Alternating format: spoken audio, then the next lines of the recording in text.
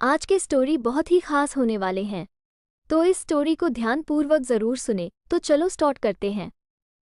मैं अंजलि हूँ। मैंने और रवि ने 1 साल की डेटिंग के बाद शादी की है।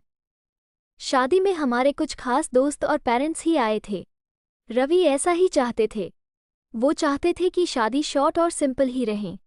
हम लोग यहाँ बड़े शहर में काम करते हैं। रवि के माता पिता गांव में ही रहते हैं। रवि ज्यादा गांव जाते नहीं। जब कभी मम्मी पापा को मिलना होता है तो वो हमें शहर में आकर ही मिल लेते हैं।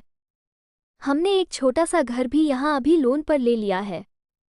शादी के चलते मैंने अभी नौकरी छोड़ रखी है। हमारा घर रोड के साइड में ही है। खिड़कियों से रोड दिखाई देती है। हमारे किचन की खिड़की से भी रोड दिखाई देती है। रवि का ऑफिस का टाइम सुबह 9 बजे का है। सुबह मैं रवि के लिए खाना बनाती हूँ। मेरी नज़र खिड़की के बाहर गई। रोड के दूसरी तरफ एक लड़की ज्यादा उम्र की नहीं थी, 26 की होंगी, हमारे घर की तरफ देखती रहती थी। पहले दिन मैंने सोचा कि कोई होंगी, लेकिन वो 3 से 4 दिन लगातार आती मुझे दिखाई दी। मैंने मन में सोचा कि जाकर उससे बात करूं। शायद किसी और के घर समझकर हमारे घर की ओर देखती रहती होंगी। सुबह रवि सोए थे, वो फिर वही दूर खड़ी दिखाई दी, फिर और हमारे घर की ओर देख रही थी। इस बार मैं बाहर गई। उसने आते मुझे अपनी ओर देखा और घबरा गई। मैंने उसे पूछा, क्यों, आपको क्या परेशानी है, आप किसे ढूंढ रही है? वो घबराई हुई बोली, रवि यही रहता है। मैंने बोला, हाँ, आप कैसे जानती है? वो इतना सुनकर घबरा कर चली गई। मैंने पीछे से उसे आवाज़ दी पर उसने सुना नहीं। मैं अपने घर में वापस आ गई। मेरे आने पर रवि उठ गए थे। पूछा, कहाँ गई थी? मैंने बोला, पता नहीं, एक लड़की है, वो हमारे घर की तरफ देखती रहती है, और मैंने जब जाकर उससे पूछा तो तुम्हारा नाम भी जानती है। तुम किसी गोरी सी सुंदर लड़की को जानते हैं। रवि यह सुनकर भड़क गए। बोले, पागल हो क्या? कोई कुछ भी बोलेगा और तुम मान लोगी क्या?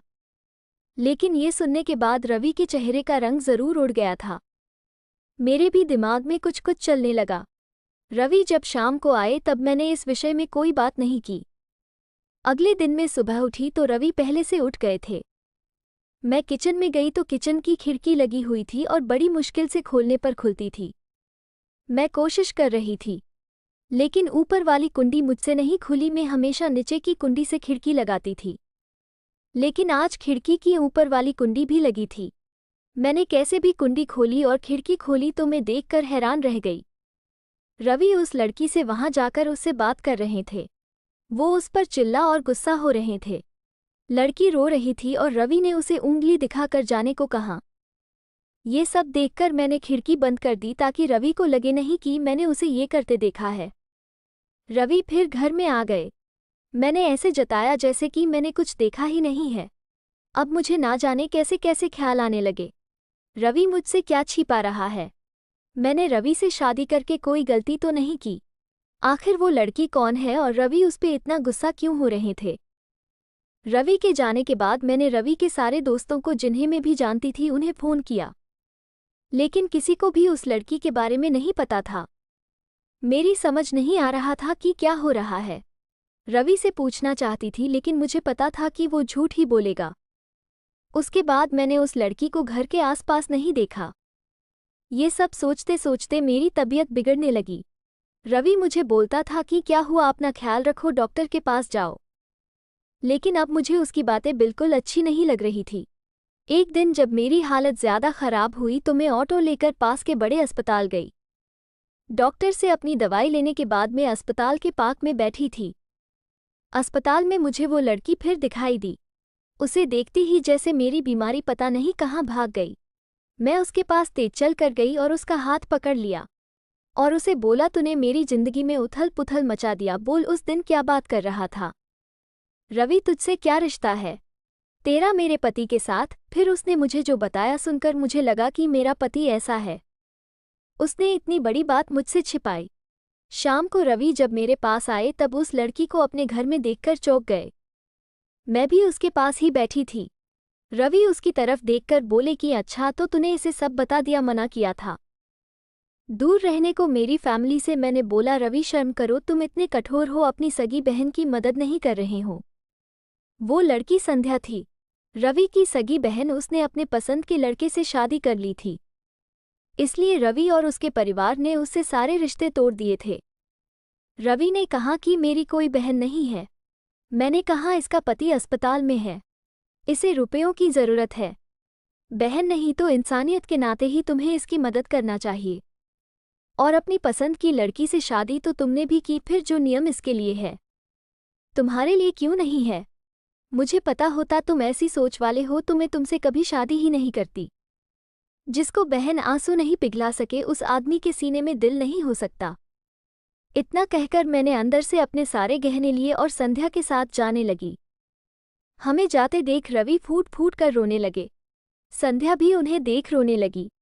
रोते हुए रवि बोले, हमने इसे बहुत प्यार दिया, पापा ने मम्मी ने, मैंने रानी बना कर रखा और यह ऐसे ही एक दिन बिना बताए घर से चली गई।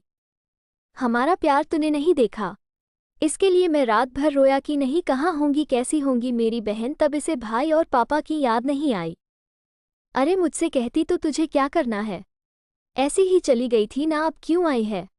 बहन भी बोली, भैया मुझे लगा आप लोग नहीं मानेंगे। उन दोनों भाई बहन को रोते देख मेरी आंखें भी भर आई, पर आंसू के साथ जैसे सारे गीले शिकवे खत्म हो गए। वो खुद अस्पताल गए, संध्या के साथ मम्मी पापा को भी बुलाया। दोनों ने बेटी को बड़े प्यार से गले लगा लिया। अब अस्पताल में संध्या के पति की हालत बहुत अच्छी है। डॉक्टर कहा कि जल्दी डिस्चार्ज हो जाएंगे।